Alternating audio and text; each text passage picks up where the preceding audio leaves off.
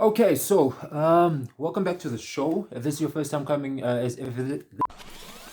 this is your first time watching this, please do me a favor.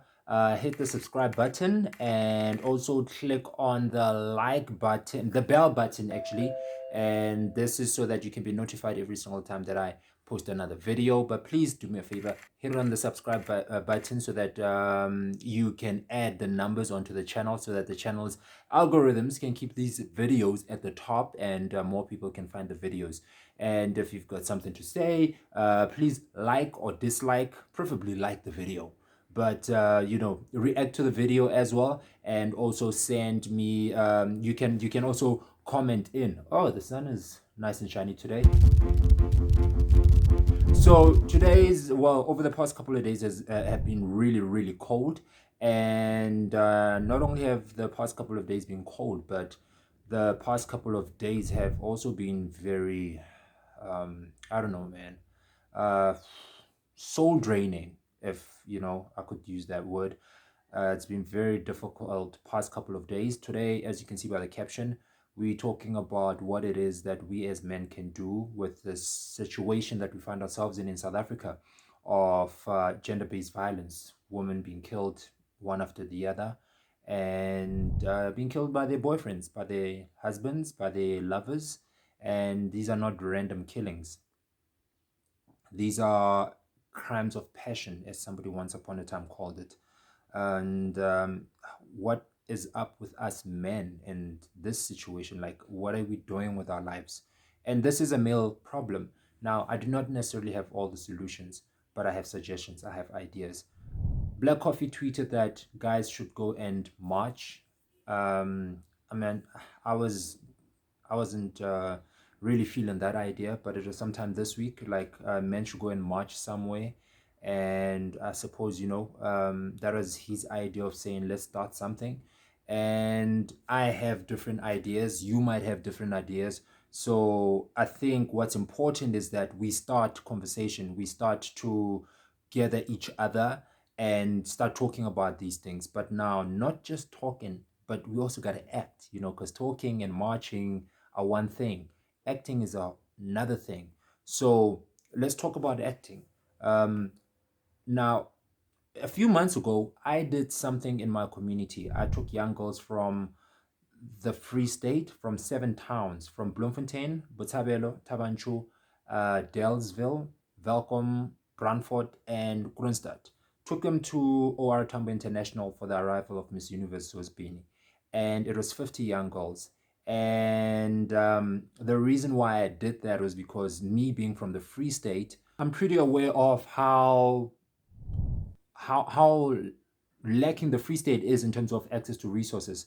A kid from Soweto, a kid from Atteridgeville, a kid from Tembisa in Gauteng has better access to things that can inspire them and make them realize that they can be anything that they want to be. I mean, you live down the road from Ndate Ivan Khoza's home, and he is the legend that he is. On Ndate Kaiser Motaung's home, you live down the road from Orlando Stadium, where Kaiser Chiefs and Orlando Pirates play. All the soccer stars, all the TV stars live in your neighborhood, or they shoot some of these soapies and movies in your neighborhood. So in Joburg, Gauteng, there isn't much of a lack of inspiration to the young guys and girls in there. But for the Free State, it's a bit different. You gotta be, all we have to be inspired by is what we see on TV, and then maybe one or two stars that may come from our communities. So it is important that we bring these young girls and boys to the fact that these things that we see on TV, these big achievements that we see from other people, are reality. So when Zozi won Miss Universe in February, I took 50 young girls to the airport. And the reason for that is that I wanted these young girls to be able to see this beautiful, gorgeous, brown-skinned lady walking out of the terminals with the crown of Miss Universe on her hair, and for them to realize that this thing is not a TV dream thing; it's a real thing. Zozi's from a small town, from a village in Tsolo in the Eastern Cape, And these young girls are from villages right around the corner in Tabancho or in Dalesville, small towns like that. And there really isn't much of a difference between them and Zozi. Now, are they all going to be Miss Universe? Not really. Not really. I mean, there was 50 of them. Just from mathematically, they're not all going to be Miss Universes. But the idea is they can be anything that they want to be in their or in their lives in the future. And that is why I also took them. It wasn't just a trip to the airport, but I took them to Vodacom in Midrand, where they learned about fourth industrial revolution. They learned about robotics. They learned about coding. They learned about all things internet and how easy it is to actually acquire those skills. And I'm currently working right now, trying to partner with some institutions where the young girls can have access to education, where they can learn how to do coding.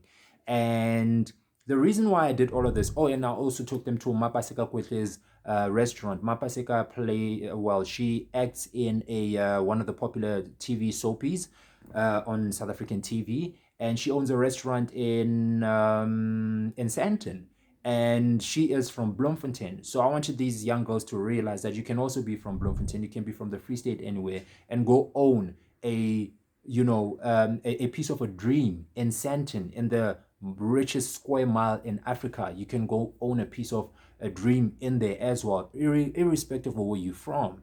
And that is the importance, or that is the importance of me taking them to Mapaseka's restaurant as well. Now, with all of that said, the one of the reasons why I did this, it was basically me as a man demonstrating my privilege. I was demonstrating how to share privilege as a man. Now, as men, we are really privileged. We truly have, a lot of things to our advantage just purely by being men, first things first. Do we have things that are difficult in our lives? Absolutely, absolutely. But it is no secret that we are far more privileged than women. And some of those privileges are simple things such as access to funds. I mean, there's a lot of women who run foundations and programs to helping young kids in the townships. When I did my program, my foundation, I found the community reacted in large numbers, and I actually realized how much privilege I had. And what I was trying to do with this trip was, listen, it's okay to share your privilege as a man, and you're not going to lose anything. If anything, you're going to help other people gain from not losing anything yourself. So I shared my privilege, and 50 young girls got inspired differently than what they usually get inspired in their own hometowns. And it was simply because I said, I'm going to take X amount of girls to OR Tambo International Airport. And I pulled through with it. And that, for me, is the one thing when I talk about acting, is the one thing that demonstrates how much power there is behind acting. Tweeting and Facebook posts and hashtags are cool, right? They're great for getting the mileage that you're looking for. They're great for getting something trending, and people who are thousands of kilometers away to realize what's happening in your community or in your neighborhood. That's what tweeting is cool for. But actions can actually physically, measurably inspire change. Now, through that, I think if we as guys started talking about what actions can we start putting into place and implementing them in order to curb this situation of gender-based violence, I think then we will start to find that we can actually fight gender-based violence way better than hashtags. And if you are watching and you know there's a situation in your community, I don't know what situation there is in your community. I identified a situation in my community where young kids do not have access to, things that can inspire them. And I decided to act upon that. And in your community, I don't know what the situation is, but you live there, you understand it better. What is it that you can literally do to actually make a difference in your community? Especially as men, we as men need to especially start coming up with programs that we can implement in our neighborhoods that can have a real and measurable impact on curbing gender-based violence. So somebody might say, yeah, but what you did has nothing to do with gender-based violence though. Well, yes and no. Yes and no. The girls that are left with, not all of them though, but some of the girls that are left with come from backgrounds where if nothing is done for them, they might find themselves in a cycle that girls who are older than them are in, where they have to start dating older men because these older men financially can make contributions into their family even. And once they start becoming that vulnerable, then these older men will then start, abusing them. Whenever somebody has power over another person, whether be it financially or otherwise, then an element of abuse always is always just around the corner. And so, if with what I did, and I'm still continuing to work on this program, trying to get these girls to learn more about coding, and trying to also partner with other organizations that can help me get these girls skills, such as being makeup artists, or nail beauticians, hairstylists, everything that they're interested in. Once people are empowered economically as well, you might find that they start becoming less vulnerable to abusive relationships. They start picking a bit better, rather than just picking this guy because he's financially providing. I can pick the guy that I want to date. It's no guarantee that the guy you want to date won't abuse you either, but at least now you have something that you can use in order to filter out the obvious ones, that I'm going to date this guy and this guy is definitely going to be abusive because I'm relying on them for money. So, there's always dots that can be connected. So, no matter what it is that you do in your community, just find a program and share your privilege as a man with women. And it could be something as silly as women in your community arrive on a bus from town at 6 p.m. and at 6 p.m. they have to walk home. So you as Amachita in your neighborhood could decide, nah, at 6 p.m. we'll be at the bus stop, and when these ladies go home, we'll sort of walk them. We'll walk with them and communicate and chat with them for their own safety so that they get home safely. Just your presence in walking a woman home can be the difference between her getting home safely or not. And it could be small, simple, little things like that that you and Amajit and your community can decide, like, we're going to start doing these things. But I can guarantee you now, it's only when we start acting as men that these numbers are going to start coming down, and these numbers are eventually actually going to stop. You may have a different idea that, no, I want to start a program to groom young men in my neighborhood because there are these issues. These guys are doing drugs and whatnot. When I was growing up at 5 p.m., all the guys, most of the guys in my neighborhood would all be running to the soccer field to go and play soccer at 5 p.m., from 5 until 7, that sort of thing.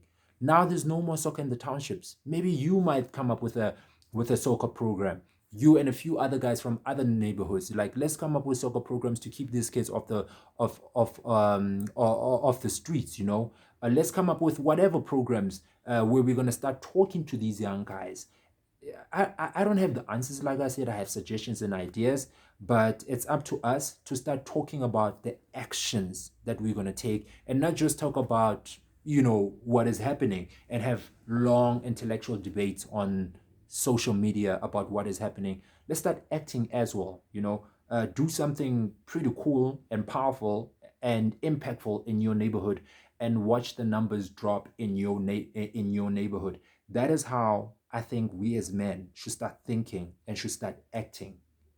Those are my suggestions, my ideas. I don't know. I keep saying, I don't know what you're going to do, what you can do in your neighborhood, but whatever it is, please go ahead and do it.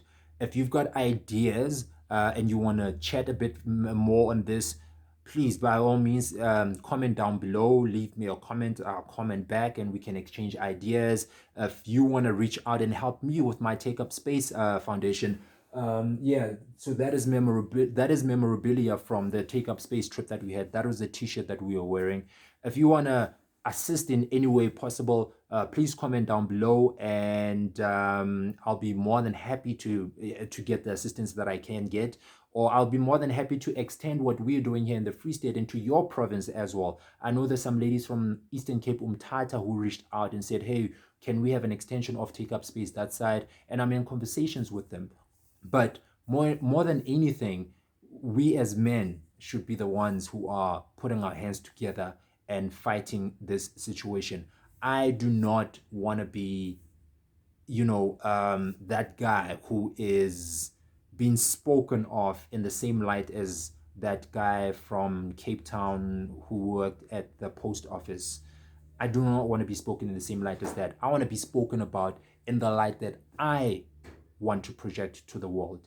And yeah, please do me a favor, leave me your comments down below. Let's have a conversation about this. I'm challenging all the brothers out there to come up with programs that can assist, whether it's programs that are focused on women, whether it's programs that are focused on young guys, but programs that are going to make a difference against gender-based violence. My name is Bangim Sikinya. Thanks for listening, and let's carry on with the conversations in the comments below. Please don't forget to subscribe to this channel.